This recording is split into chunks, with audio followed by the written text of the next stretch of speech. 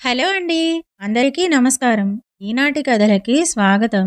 ఈరోజు మనం చెప్పుకోబోయే చందమామ కథ నిరర్ధకమైన ఆజ్ఞ. పూర్వం ఆదిత్యపురి అనే దేశాన్ని సూరసేనుడు అనే రాజు పరిపాలించేవాడు. ఆయన కొడుకు చంద్రసేనుడు. ఒకసారి ఆదిత్యపురి పైకి పొరుగురాజు దండెత్తి వచ్చాడు. ఆ సమయంలో సూరసేనుడికి జబ్బుగా ఉండటం చేత ఆయన తన కొడుకు నాయకత్వం కింద సేనలు వెళ్ళి యుద్ధం చేసేటట్టు ఏర్పాటు చేశాడు. చంద్రసేనుడు బయలుదేరేటప్పుడు తండ్రి అతనితో, నాయనా, యుద్ధానికి నాయకత్వం వహించే అనుభవం నీకు లేదు. అయితే మన సేనాపతులు అనుభవం కలవాళ్ళు. వాళ్ళ నిర్ణయాలను పాటించి విజయంతో తిరిగిరా అని చెప్పాడు. చంద్రసేనుడు తన తండ్రి మాటలను అంత శ్రద్ధగా వినలేదు. ఎందుకంటే 2 ఏళ్ల క్రితం సూరసేనుడి నాయకత్వం కింద జరిగిన యుద్ధంలో ఆయన యుద్ధరంగం నుంచి పారిపోయి వచ్చాడు. ఆయన వెనకనే సేనాపతులు, సేనలు పారిపోవటంతో శత్రువుకు ఆకస్మిక విజయం లభించింది. ఈ సంఘటన మనసులో ఉంచుకుని చంద్రసేనుడు, నాయకుడి శౌర్యప్రతాపాల మీదనే జయాపజయాలు ఆధారపడతాయి గాని సేనాపతుల శౌర్యము, సేనల శౌర్యము అంటూ ఏమీ లేదనే నిర్ణయానికి వచ్చాడు. యుద్ధం ఆరంభమైంది. 2 రోజుల పాటు తమదే పైచేయిగా ఉన్నట్టు చంద్రసేనుడికి తోచింది. కానీ 3వ రోజు శత్రుసేనల పరాక్రమం హెచ్చుతున్నట్టు, తన సేనల పస తగ్గిపోతున్నట్టు కనబడింది. ఇక అపజయం తప్పదనుకుని అతను తన సేనాపతులతో, ఇక యుద్ధం చాలించి వెనుతిరగండి. వృధా జననష్టం దేనికి? ఇంకా హెచ్చు సేనలతో మళ్ళీ వద్దాం అన్నాడు. యుద్ధానుభవం గల సేనాపతులు అతనితో, యువరాజా, ఈ సమయంలో వెనుదిరగటం అంటే వెన్నపడేటప్పుడు దుత్తను పగలగొట్టటమే. మనం విజయం పొందటానికి సిద్ధంగా ఉన్నాం. మీరు కాస్త విశ్రాంతి తీసుకోండి అన్నారు.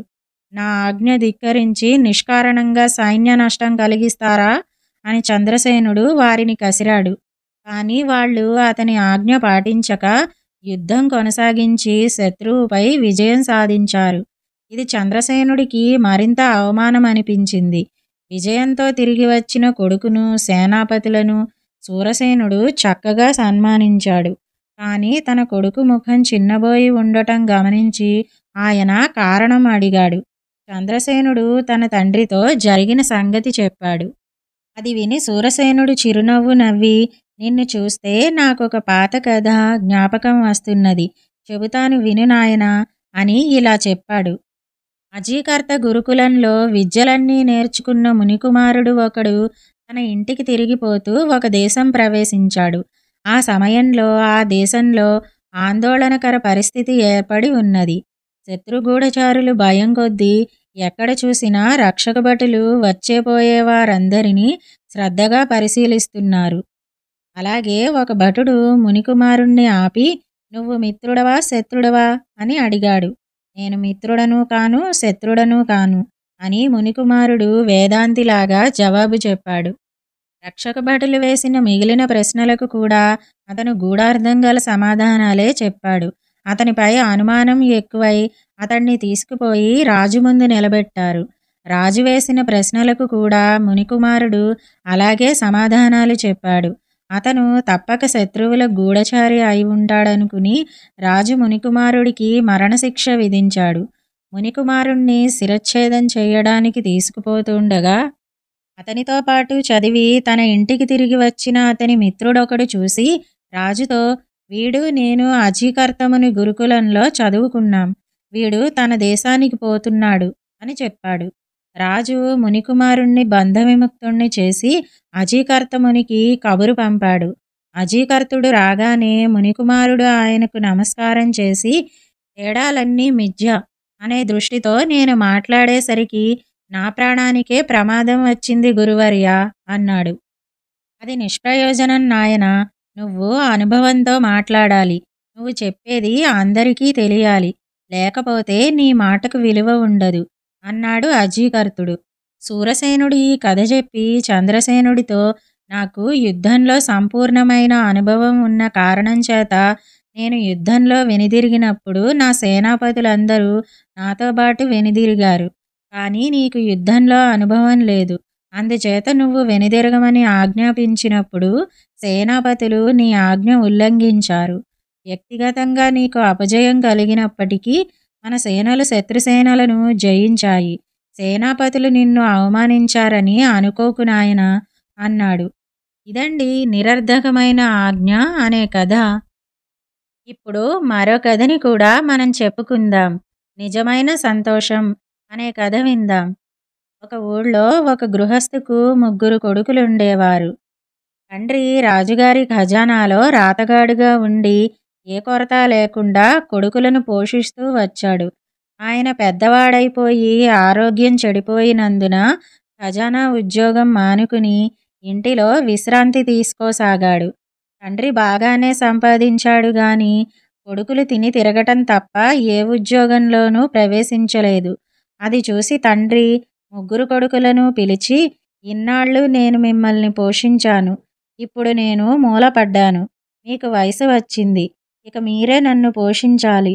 మీకు తలా ఒక 100 రూపాయలు ఇస్తాను. వాటిని తీసుకుని మీరు ఎటైనా వెళ్ళండి. ఏమైనా చెయ్యండి. 1 సంవత్సరానికి మీరు నాకు సంతోషం కలిగించే పనులు చేసి తిరిగి రండి అన్నాడు. ఐశ్వర్యం కన్నా మనిషిని సంతోషపెట్టేది మరేముంటుందనుకుని పెద్దవాడు నగరానికి వెళ్ళి ఒక గొప్ప ధనికుడి వద్ద పనికి కుదిరి విశ్రాంతి వేళల్లో బరువులు మోయటం దగ్గర నుంచి ఏ పని అయినా సంకోచించకుండా చేశాడు. సంవత్సరం పూర్తి అయ్యేసరికి అతడి వద్ద 10,000 పోగయ్యాయి. అతను దానితో ఒక మంచి రత్నాన్ని కొని ఇంటికి తిరిగి వచ్చి దాన్ని తన తండ్రికి ఇచ్చాడు. అయ్యో నాయనా, ధనమే ప్రధానమని అడ్డమైన చాకిరీ చేసి ఎలా అయిపోయావు? నిన్ను చూస్తే నాకు దుఃఖం కలుగుతున్నదిరా అన్నాడు తండ్రి.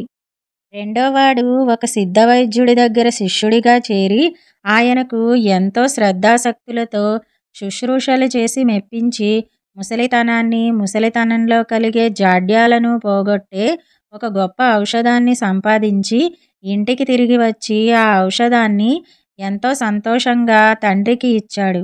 నాకు ఈ ఔషధం ఎందుకు నాయనా? నేను సమస్త సుఖాలు అనుభవించాను. కృత్రిమంగా తెచ్చిపెట్టుకునే యవ్వనం నాకు సంతోషం కలిగించదు.